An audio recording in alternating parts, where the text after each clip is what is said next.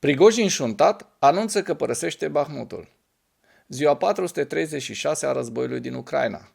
Potrivit Institutului pentru Studiul Războiului, Ministerul Rus al Apărării pare să fi neglijat ofensiva din Bahmut în favoarea pregătirii pentru apărarea împotriva unei anticipate contraofensive ucrainene, punând grupul Wagner și pe finanțatorul Wagner, Evgeni Prigojin, într-o poziție potențial dificilă.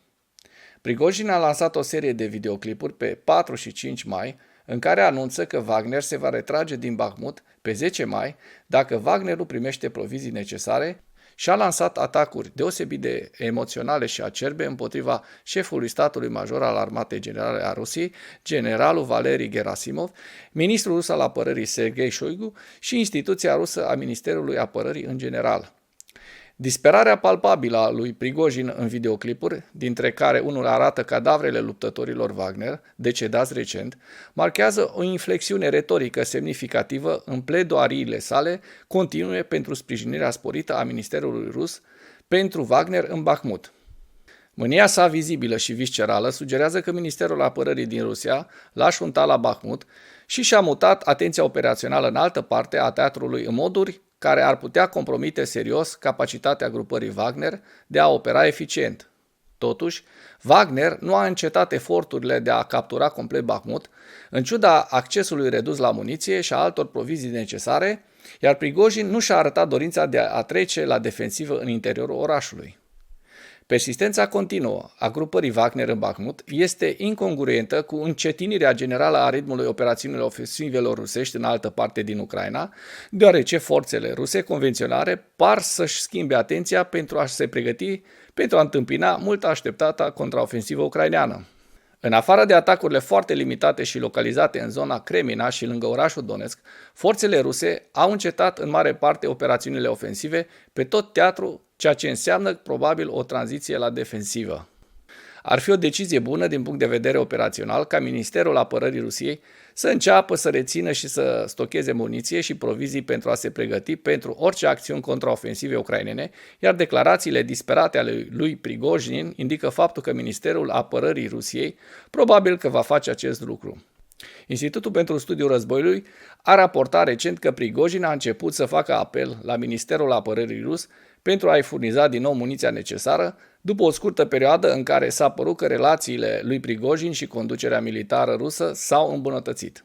Furia reînnoită a lui Prigojin a atins apogeul în videoclipul din 4 mai, în care Prigojin țipa la Gerasimov și Shoigu și îi acuza de moartea luptătorilor Wagner.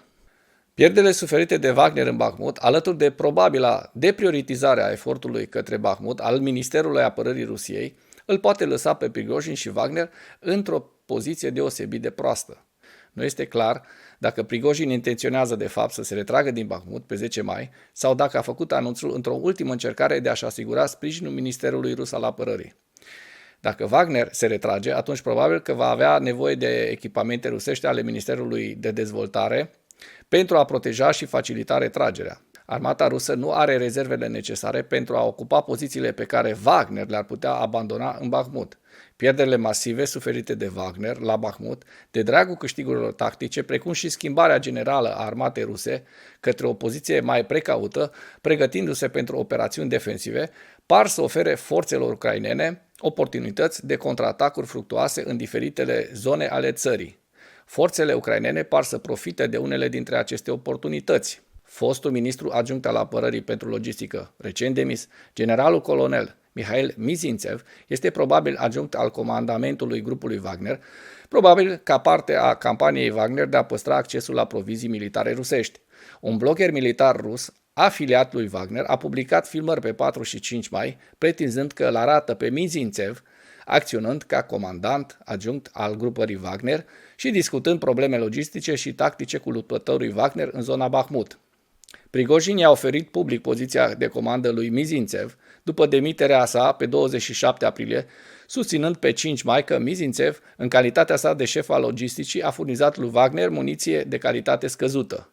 Este posibil ca Prigojin să-l fi numit pe Mizințev în funcția de comandant adjunct al grupării Wagner, într-un efort de a valorifica înțelegerea și relațiile lui Mizințev în cadrul aparatului logistic al armatei ruse pentru a păstra accesul la muniție și provizii pe fondul unei aparente prioritizări în afara zonei de responsabilitate a grupării Wagner.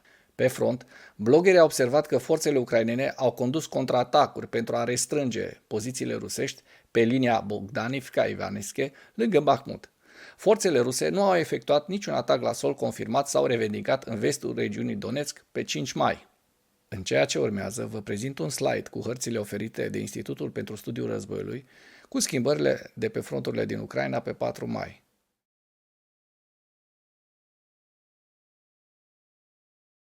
Pentru mai multe informații, accesați linkurile din comentarii. Mulțumesc pentru vizionare. Dacă vrei să susții acest canal, abonează-te la Animatura.